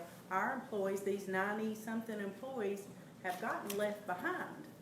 And no offense to our sheriff, to our highway employees, whatever, they're on a scale where they know they're gonna get, if they do the job that each one of these office holders require them to do, they know they can look forward to getting a step raise. Our employees cannot. what I'm looking at is trying to bring the gap together. And that's what we're trying to do. Yeah, that's what I'd like to see. Why do you feel like this doesn't do that? Well, I don't know, see, I mean, I see those numbers, and I see the step rate, the steps out through there, but, you've got some, I guess, what does, say on the average of 7, for example? And how long would the step rate 7? And how many years would they be here? Well, okay, if we look at pay grade 7, step 1, 25,580. Okay, and then it goes to 26,639, 27,698. I don't know if that answers your question or not. But if you take a look at what I'd sent out in the packet several times, the jobs and their current pay grade, which they'll still be at the same pay grade, and how many are there, the majority of them, if I'm not mistaken, are at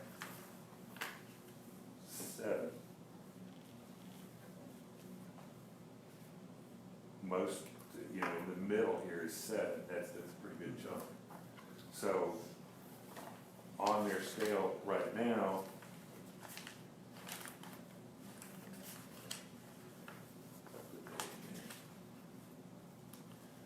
I just printed these off for them. All right, salary grade 7, minimum is what they're supposed to be hired in at, is 23,537. Okay, so minimum 7 here is 25,580, so it's a couple $1,000 difference. But that's where we're catching people up to what they should have been at to begin with.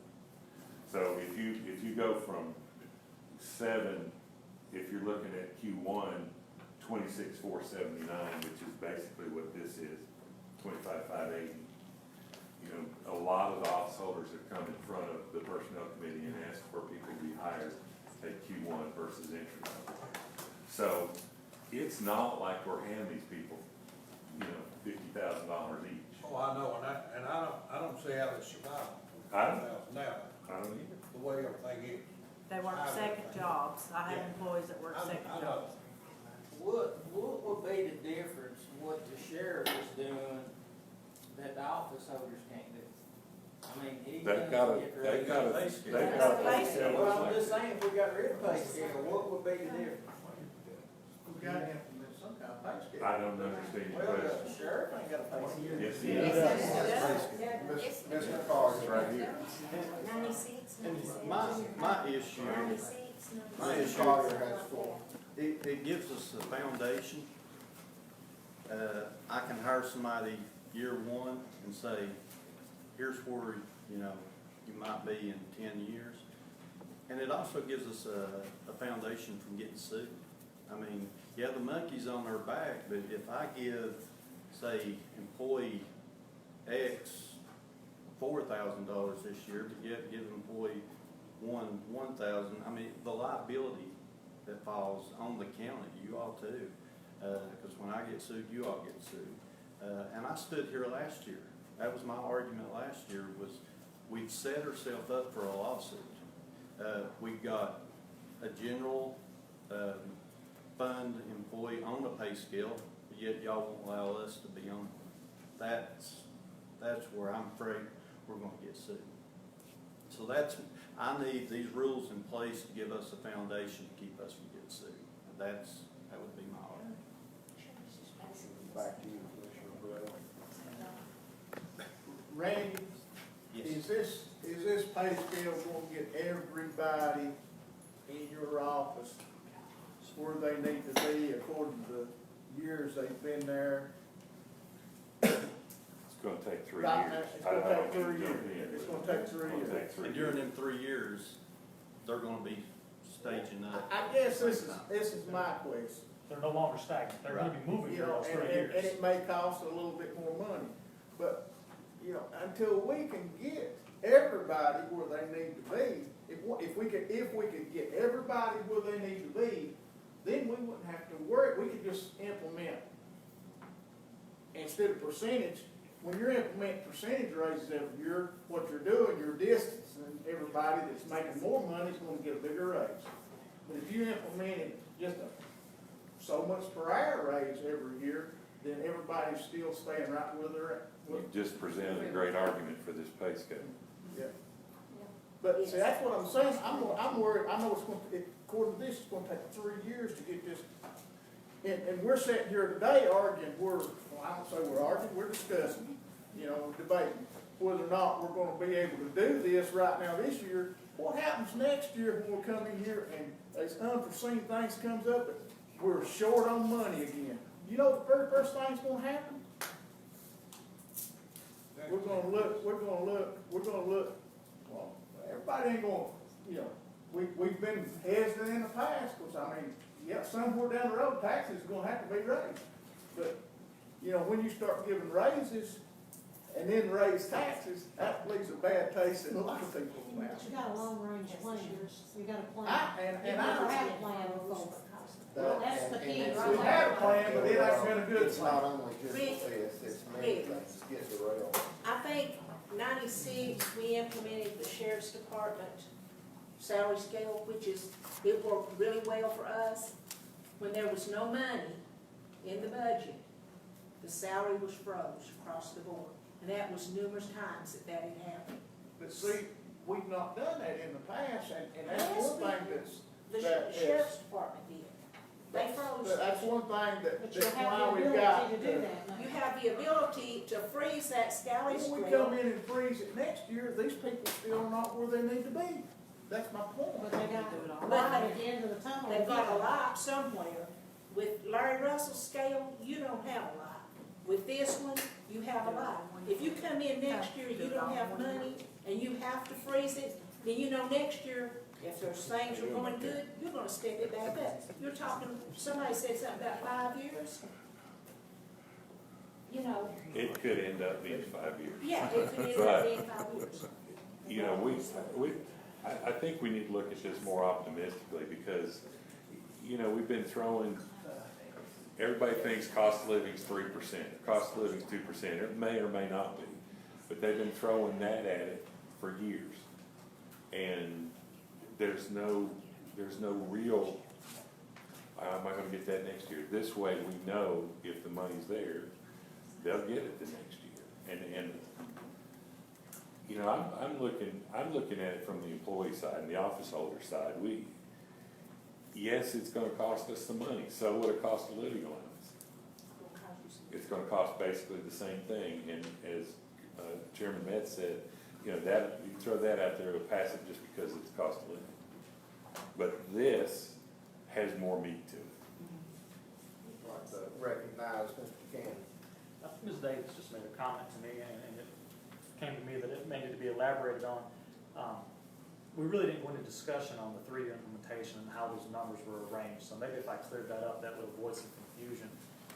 When you said for me to figure out a way to do it cheaper than the cost around is 3 years, and to do that, it's not as simple as just taking the number and dividing it by 3. These are people, it's not just a number. These are all individual employees who have to land somewhere. And And so what has happened is we've taken these employees, looked at where they are currently, where they should be if we did implement the new plan, and then divided that gap amongst 3 years for each individual employee. So a lot of work has went into figuring these 3-year implementation. So the employees who are farther out of line, let's say they're closer to a step 1 and they should be a 10. In this 3-year implementation, they're gonna move farther than an employee who is a step 1 who should be a 2. So we are trying to right that gap each year during this 3-year implementation. It was just too expensive to do it all at once. But the employees who have been slighted longer are still gonna benefit more each year that this goes on. What would it cost to fix it right now? Just a little bit under $500,000. So we're talking about, what we're talking about 3 years? 3 years, we're talking about $158,000 per year.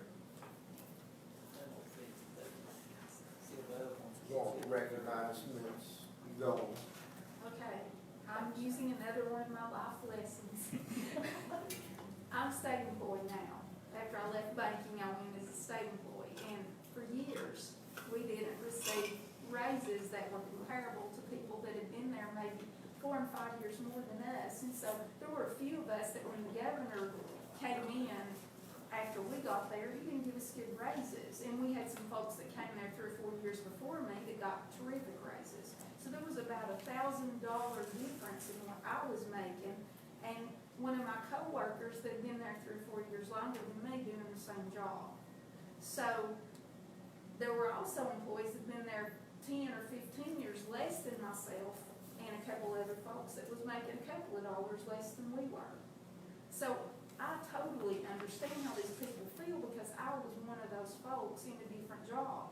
Okay, so what our governor did a few years back was he said, okay, we need to equalize these people's pay salaries. So he did basically what Mr. DeWitt has done. And he set up a time frame to get everybody put into the proper pay grade and all that. Okay, the first couple of years we got those, I think they called it an equalization plan. So we got those the first couple of years, and then guess what? We went into a recession. Well, we had to wait until probably about 4 years ago, we finally got the remainder. But we got it finally. And those first couple of years helped us tremendously. And you don't know how much better it made us feel to know that we were only $200 maybe below those other people, and quite a bit above those people that have been there 15 years less than us. So just when you consider this, think of those people. Like Eric said, they're not numbers. They're individuals. They have feelings. They have families to feed. They've got, it's just, anyway. I know we've spent an extensive amount of time on this, but I think we all know it's very imperative.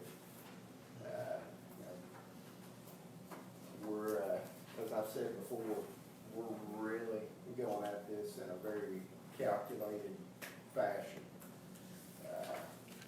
And we'll deal with it in the coming years as we're capable of dealing with it. But right now, we have a plan.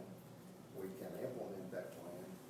And I feel comfortable with it. I think this is a great budget. Is it a perfect budget?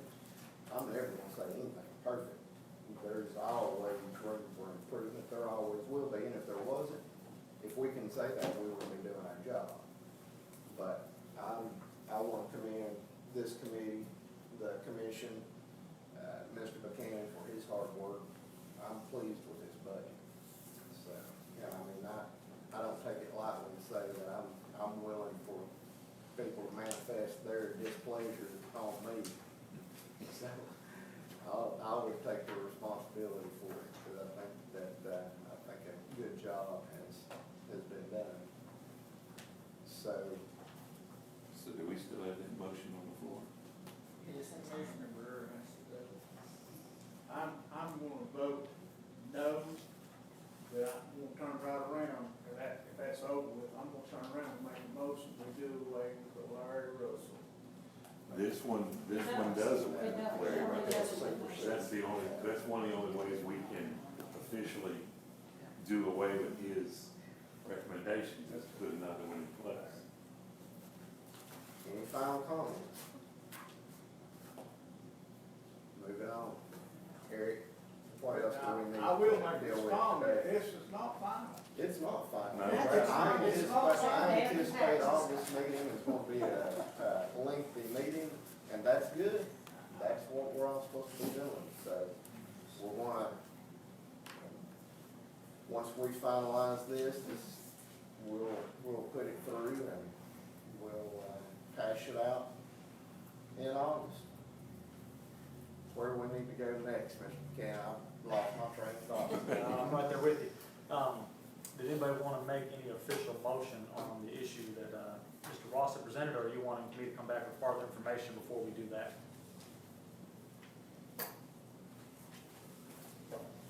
What's your preference? The Indigent program, did anybody want to set aside anything, or did you want to wait for me to talk to audit and CTES and get that information first, or do the committee have any wishes on that? What would be best with you as far as calculation goes?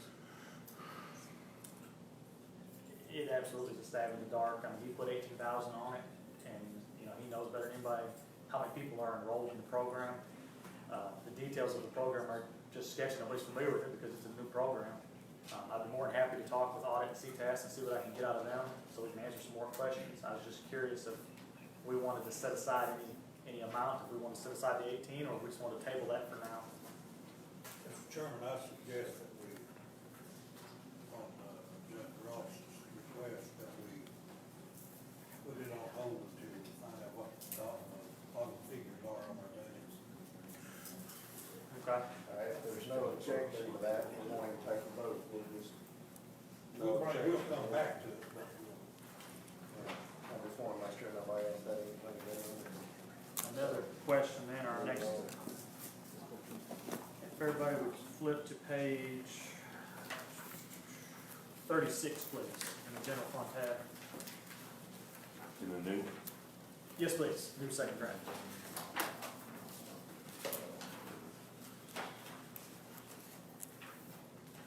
Down there was 3 projects, and all 3 projects got approved from the green sheets, but when I looked back into my notes, there was some discussion on whether or not we wanted to finance any of those from a reserve, or whether those are gonna be new money, and I can't find that we had an official decision on that.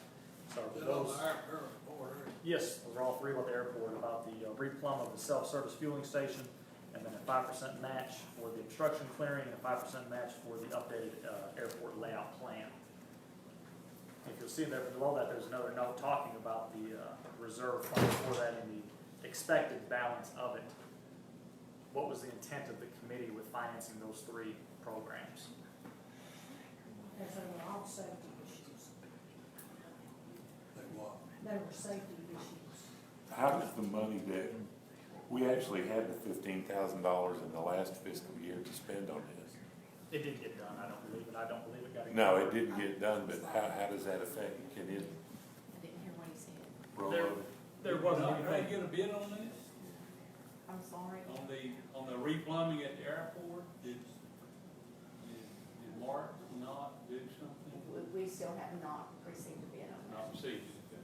But last meeting, everybody approved these. I just want to know where the funding's, are we going to do it against the reserve amount? That's all I need clarification on. Get a motion to that. Would be no This difference was in- whether it comes out of reserve or whether it was, I thought it was gonna come out of last year, since that's gonna roll over. It's my understanding that these funds are to be in that, that's where that $25,000 in the airport budget, these funds are gonna come from that. Currently, that's where they're coming from, is the airport Right. budget. Right, But that's right. If you guys would like to utilize the reserve, I need a motion to tell me to do so. If not, then it'll just come from the budget. What else would have to come out of that reserve? It's my understanding that all 3 of those would be appropriate if you wanted to. But put them there. is there anything that might hit that would? I do not believe that that would run the balance lower, that would conflict with any other pending projects. We didn't use anything under that, last year because we didn't have any grants that we had to match. So that 25,000, just came back into the general fund. We didn't use any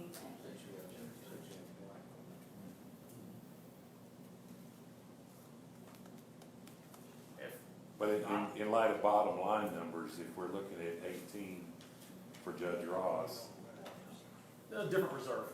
okay, but would it be prudent then to take it out of out of the airport reserve and not put it in the general fund?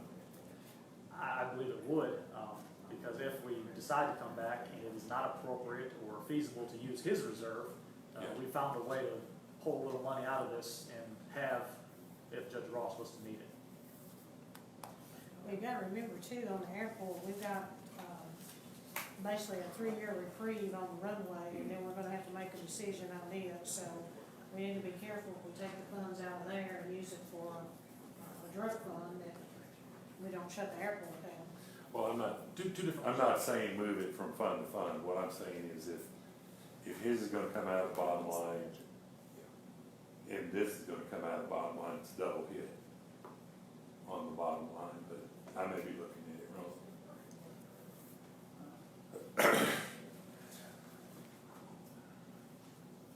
When we prepared the airport budget, we put the 25,000 in, that's what we intended it for, Eric, I think, is that what you're? Well, in the first draft, we wouldn't put it in, it was a new request. Oh, okay. But then at the second draft calculations, they put it in, and I just,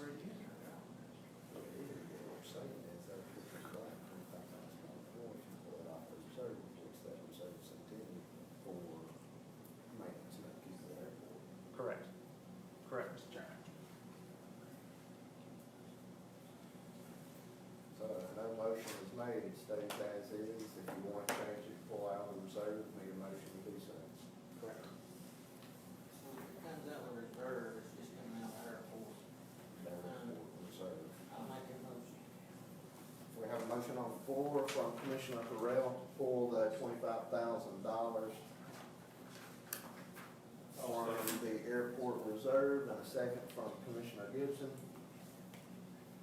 All those in favor, please state saying aye. Any opposed, like sign. Motion passes. Thank you.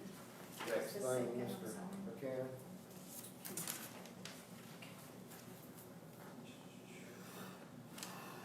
You would flip over to the general capital projects tab.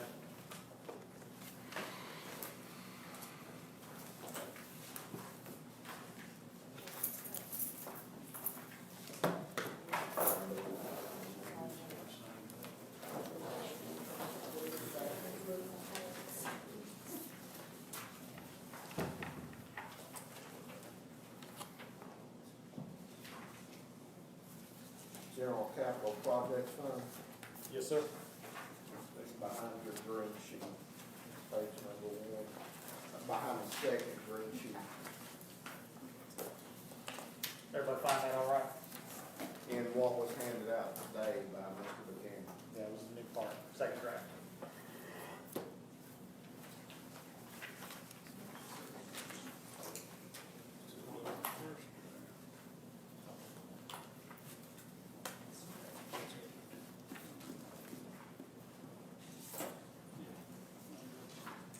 Everybody ready?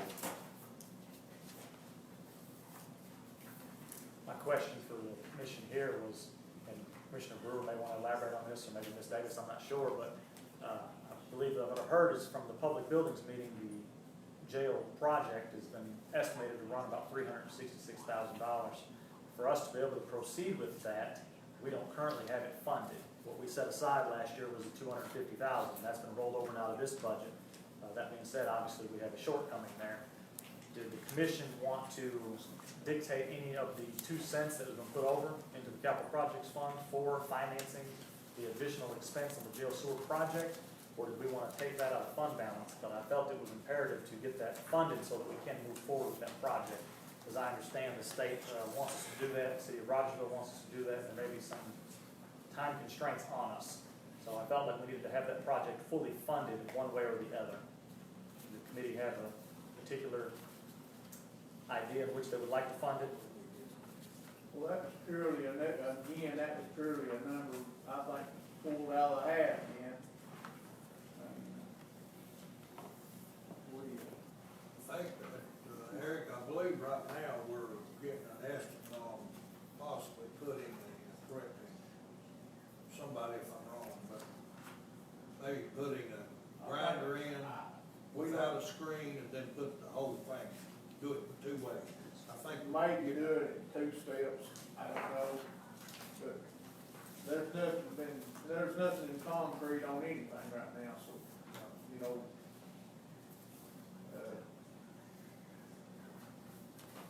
definitely don't take anything else out of the fund balance.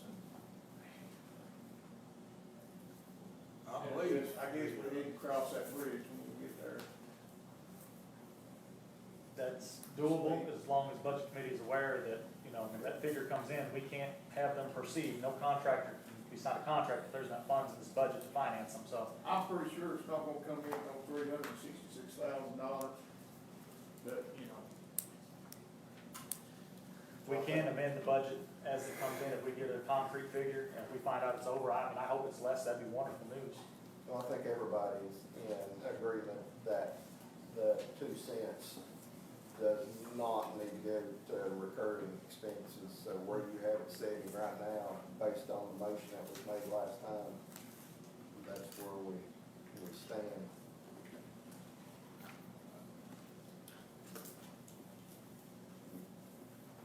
That $50,000 is in there for the Sherfield health. No, that's in 51,800. It is in the budget. though. It's in the budget, it's not in this month. That's definitely gotta be in there. But yes, that is in there. That was part of the green sheets that you guys approved at the last meeting, and it is in the budget now. You see that 51,800, 707. And that's the only other points of concern that I wanted to specifically address. Other than that, the other budget's second drafts are there in front of you. If there's any changes you want to make, if not, then we'll leave them as such for the third draft, except we're updating more actuals. The only other point of business that I would have today is that we would set our third draft meeting. Do we need to have a discussion on debt service fund at this time? We can if you'd like to.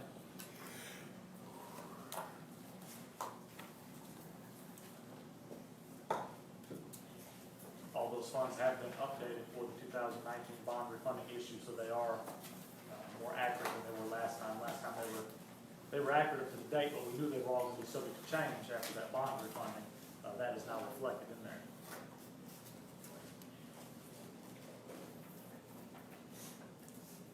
So, other than Commissioner Thacker wanted to roll back to discussion on the fire department under the contributions. Okay. So as far as our ability to go ahead and establish the tax rate and the tax levies for the funds, are we good to go? There's nothing else we need to discuss about that? Unless we have any changes for the third draft outside of what we've discussed, I would think we would be ready to, when we put it in front, all three should be ready.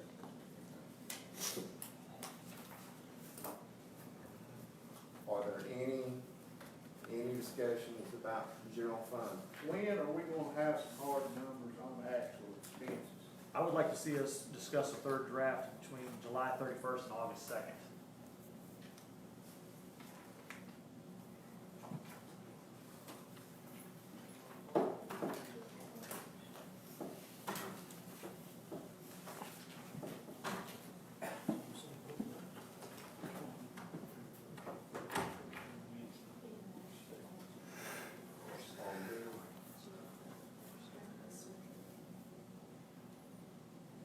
Okay, so Commissioner Goins is unable to attend July 31st. Correct. Any other scheduled conflicts?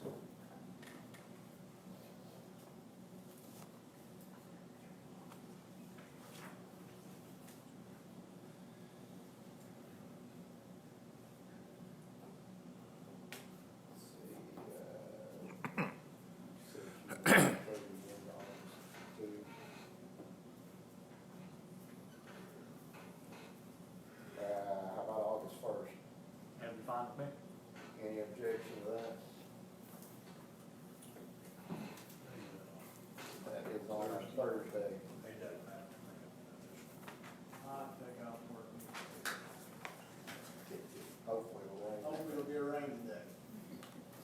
So are we saying 3 o'clock, or do we need to back it up a little bit? 3 o'clock, August 1st, 3 o'clock. I would think that that one wouldn't be as lengthy as this one. It would most likely be looking at the actuals and a little quicker, I would think. Before we, I don't know if we're getting ready to adjourn, I still got some questions on some of this. I had an opportunity to look over a little bit. Eric, what is, in the account number on page 38, the 58,900s? What department's that falling under? Bear with me as I get there with you, but that's gonna be a catch-all if I'm not mistaken.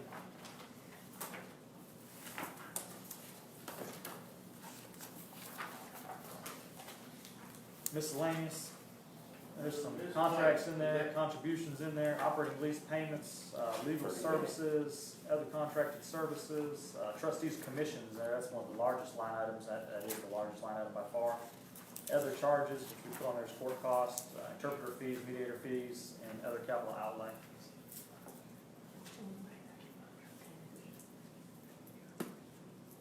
So that's, in other words, that's a giant others. Essentially, via the chart of accounts through the comptroller's office.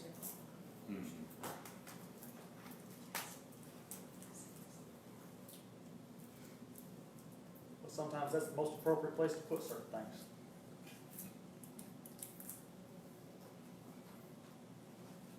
That college, that's the way we've always done it.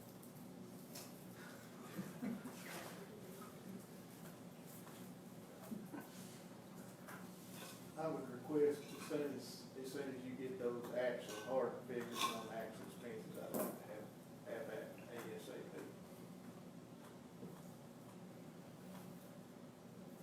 Any other questions, comments regarding the general fund before we move into, what Mr. Thacker wants to discuss? Going once, going twice. Mr. Thacker.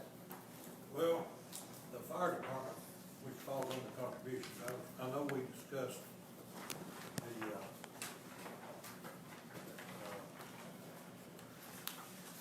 Firemen's Association and the money that they got, and all, they, try to put a little bit more with each fire department, maybe add a little to each fire department. And I don't know, I don't remember if we voted to actually leave it. Motion to do that, and it didn't change no money, so we didn't do that. I thought that, but I wouldn't. Do we want to, add a little for the fire departments there? You want to leave them like they are? I mean, they're not consistent out there. Each fire department gets a little different. Just the fact that we put them back to what they originally were last year. They got cut last year. It's $19,110 right now. Each one of them was about $450. The Humane Society took a little cut. All of them gave up some last year to help balance the budget. Well, if I'm not mistaken, Commissioner Burrell, was it you that was, talking about reallocating those funds and dealing with fire associations? Let them join, if they wanna join, or whatever they wanna do, yes. See, the fire departments, I mean, the firemen's association, 18-19 was $20,580. Where's was 25,000? Say to take part of that. I think, but I might be wrong, if I am, I'm sorry, but I think Commissioner Abbott said that the fire association was paying roughly $4,500 for workers' comp or something like that. Was that you? Yes. So, I mean, That was the information I received. all I was saying is take their money, divide it amongst the fire departments, and if they want to join the fire association, that'd be on them. And then they can pay their insurance, whatever they're doing. And that gives more money to the fire departments.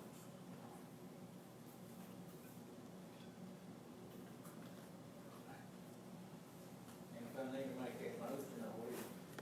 Well, Firemen's Association, some people that are on that. And I talked to several of the fire departments. Some of these fire departments will be able to pay that money. Some of them just give them $450 and they'll pay it. So, some of the money they use for match for grants, and I also asked about that, and the small rural, departments can get grants that some of the city departments cannot get. So that money, a lot of that money is used for that. If you divide it up between each one of them, give each one of them $450, some of these smaller departments are not gonna be able to take that money and do what they need to buy what they need. So just be a little careful that we don't get insurance taken away from them. I think they're getting more than $400. Well, If you even take, if you did $400, if you gave each one of them, I was saying take the full amount Right. and divide it amongst the fire department. They be getting roughly $1,800. we just wanna make sure that they don't lose their insurance. Well, I mean, I have $1,800, so I mean, I don't know. I mean, I think Commissioner Allen said they was paying $4,400 or something. I That's can't what I remember. was told, that was total workman's comp for all the fire departments. So, I mean, I wish Mr. Klepper was here to address that again. if I wasn't paid $1,800, I mean, it's still paying the $1,800 they get, it's still paying their workers' comp. Mr. Buchanan? A couple things I just wanted to clarify. When you said the fire departments all get something different, that's not entirely true. The county fire departments all get $19,110. The city departments get $17,150. The only exception being Churchill Volunteer Fire Department, because of the note there that says they're the first responder to Phipps Bend Industrial Park. And if you are including all 13 departments, we're looking at $1,583 per department. Well, I mean, if they're getting roughly $1,500, I mean, they're gonna be able to pay their workers' comp and still have money left over to go towards the fire department, do whatever they wanna do, join the fire association or whatever. Of course, that number would change if you decide that you want to give it to just the counties and maybe we exclude the cities, I don't know. But whatever the motion would be, depends on the fire departments, we're dividing it out amongst. Yeah, we're gonna do it. I don't feel comfortable myself making that decision until we get some additional information, but if we do this, request that they be here on the 1st, and if nobody shows up, then have at it. That fireman's Fireman's That'd Association. be fine with me. Okay. All right, because it doesn't affect the bottom line, so we're still good with moving forward with the next draft. Correct. All it affects is where it goes. Before we leave here, I want to make sure we know who's going to contact Fireman's Association. Okay, Commissioner Alvis or Commissioner Barker will contact Fireman's Association, that way we know for sure You won't do if it. they have it in contact. You won't do it. I think it would be a good thing if these fire chiefs, and these fire departments, they get better to express their opinion about it. Because we'll have to make sure they do understand Yeah. that money has got to go. Not that they just got a windfall come, Because spending it whatever they want. basically what we would be doing is we would be saying, you know, it's left up to you, if you want to join the Firemen's Association, to put that money back in. I guess what that is. They would need to be aware of it too. right, because you gotta be careful that you don't put yourself in a position where Well, it's can, in. can we get a motion to send a meeting notice to all volunteer fire departments? I'll move it, Mr. Chairman. Okay, we have a motion by Commissioner Thacker to send a letter out to Firemen's Association and volunteer fire departments to attend the August 1st meeting, and a second by Commissioner Brewer. All in favor, please state saying aye. Aye. Any opposed, like sign. Motion passes.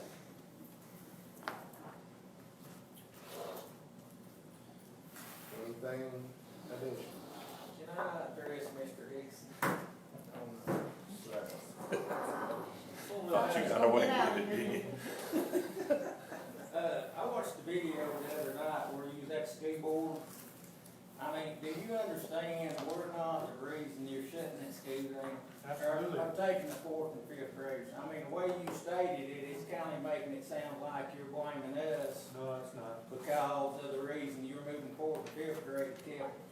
No, the 2 cents does require some additional budget cuts, but that's not the exclusive reason, and I stated as such in the meeting.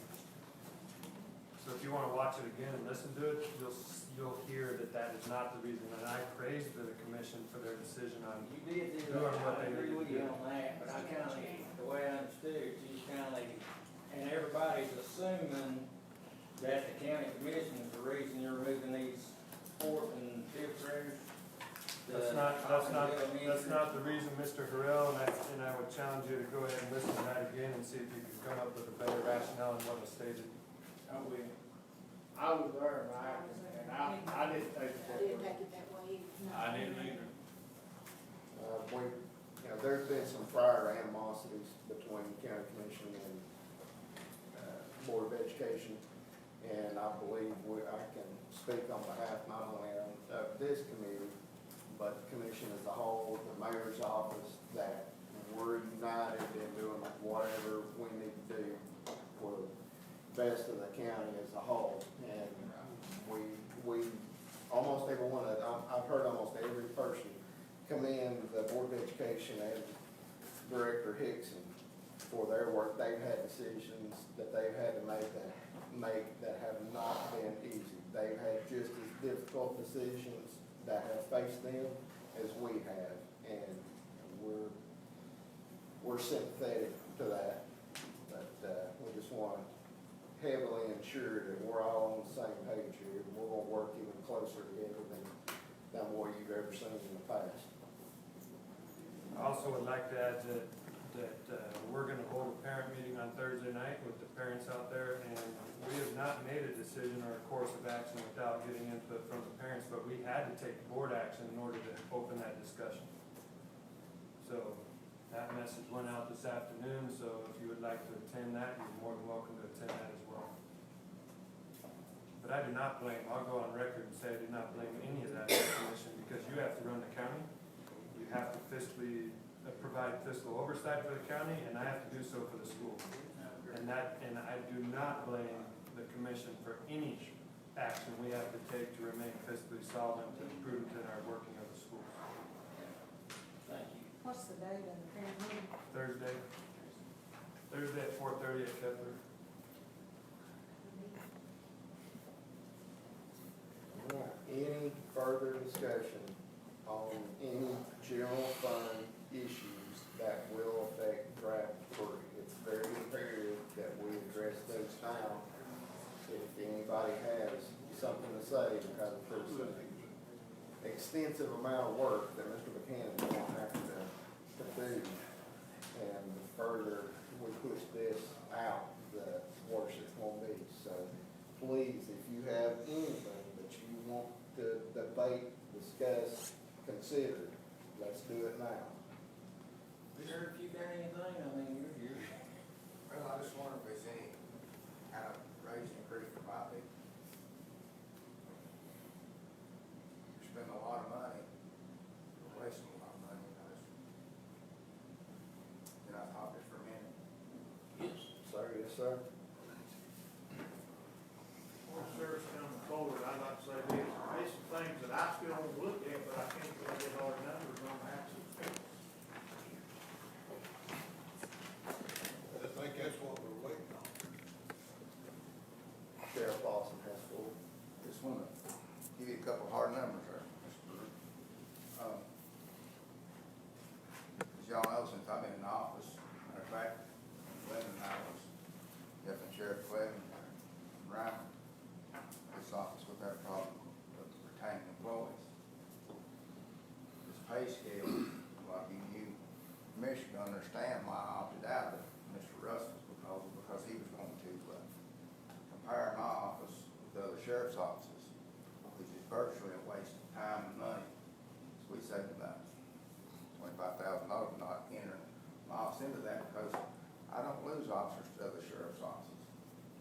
Talk to any sheriff in the state of Tennessee, we lose them to the cities, the THP, the federal, and even the Walmart places anymore. But I hear this commission and this body talk about saving money and cutting this and cutting that. But I just want you to realize, in the last 22 months, I've lost 74 employees. have paid out $155,000. $155,161 paid to send somebody to another job. Also, when you count the training and how much it costs for all these people, this costs $2.8 million to this county, just to train and have these employees to go somewhere else. You those terminate, very few. And most of them either can't afford to work for the county. A lot of them scared to work for the county, 'cause we got a dangerous job. And men and women in jail, it's jeopardizing their life every time they come. Not the county. It's the jeopardy officer on the road and the schools are. I don't know what the answer is, but I think it's a problem. We just keep pushing aside. We're spending $155,000 since somebody to another job. And after we train these 74 people, we're spending $2.8 million in 22 months. That's a lot of money, folks. Sometime, I hope, the county commission will realize if you pay on the front end, you have longevity. The back end. Like I told a couple of you before, if you or your family needs somebody, and I send an officer, I want to be the most highly trained, experienced officer possible. I can't always do that now. I'm training the best I can, but just in the last short period of time, I've lost 20 people. 3 of them retired because of age, less than 10 years. 7 of them went to other jobs. 2 of them just couldn't even afford to work. They can't afford the babysitters and stuff. You're just hard to work for it. So, we do have a dangerous job. I'm just kidding. And my people knows that I love them and I care about them. And that's what I'm here for, take care of them and make I guess them what safe. Mr. Brewer talked about is, you would like to know what his total expenditure was for last year. I'm talking about general fund expenditures, I didn't single out. Well, I know, but I mean, that's what we're looking for in all of it. Yeah, I mean, there's, until we know exactly what was spent last year, it's gonna be hard to. Well, I'll show you what I spend, absolutely have to spend, I'll turn back in. And I've done looked at a lot of yours, and a lot of yours, because of not being able to keep employees. It is, that's a huge expense. You've got a lot of overtime, extra overtime, you've got a lot of extra training, and I think, If we could just retain them 74 people, we could save $2.8 million. It costs a lot to retrain 74 new people. It cost me $37,962 per person to train. I would pay the overtime for somebody to fill in while the academy and things better. I lost 2 this weekend. 2 correctional officers. They ain't been there no time.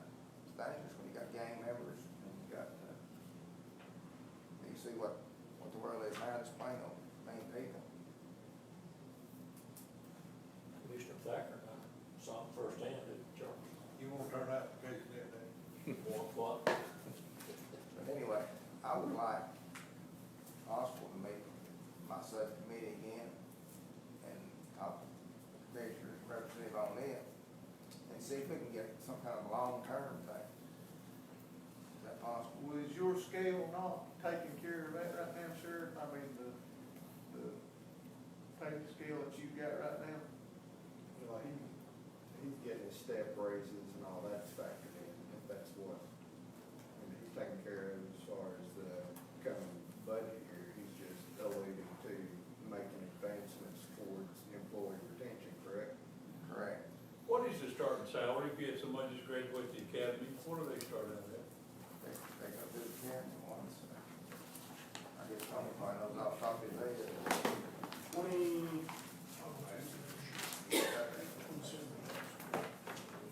29,761.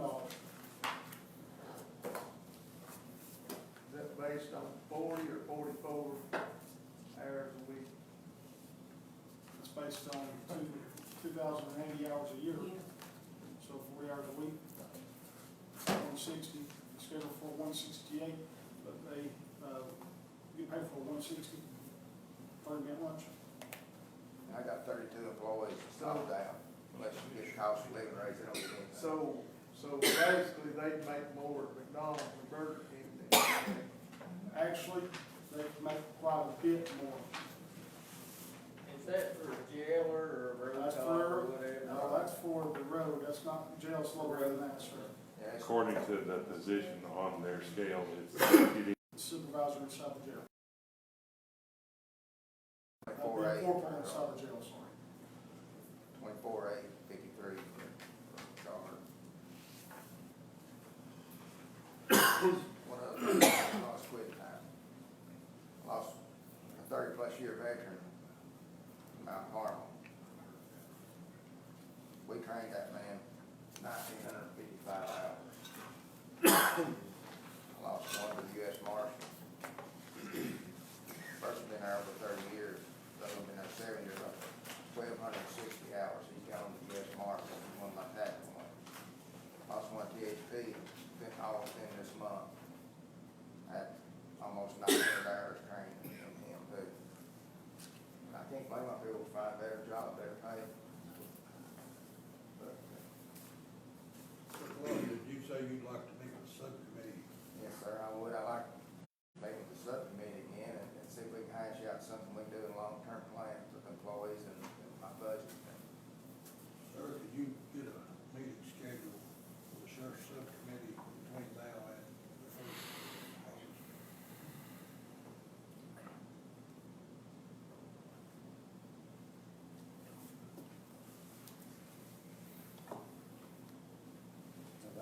That would initiate the conversation that we're having on the effect on 2019-2020 budget. Get the conversation started, so. Having, anytime you can come with a comprehensive plan, that's, I think we've established that's where we're at now, that's what we're after. Well, I appreciate this committee, and matter of fact, the county commission is supporting me in my office. We try very hard to make Hawkins County safe. I think you see we do that. One of the first time I want to give you kind of unbelievable, until I saw it writing today.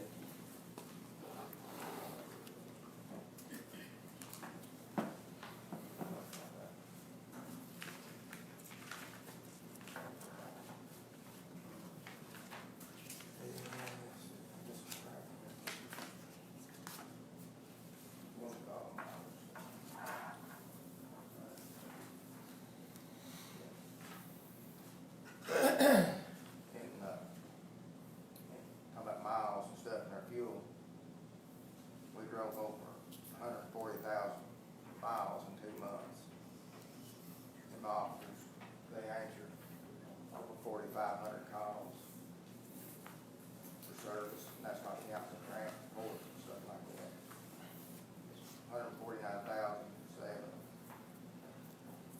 complaints they received, 4,587 just for May and June. We stay busy. Thank you, Sheriff.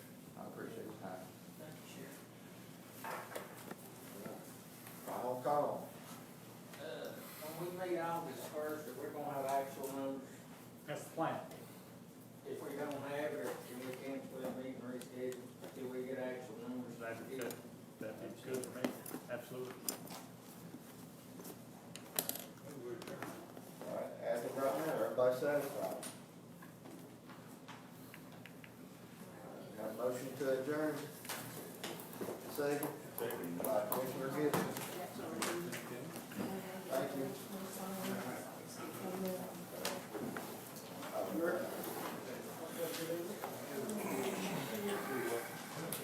All right, get up, please, Ken.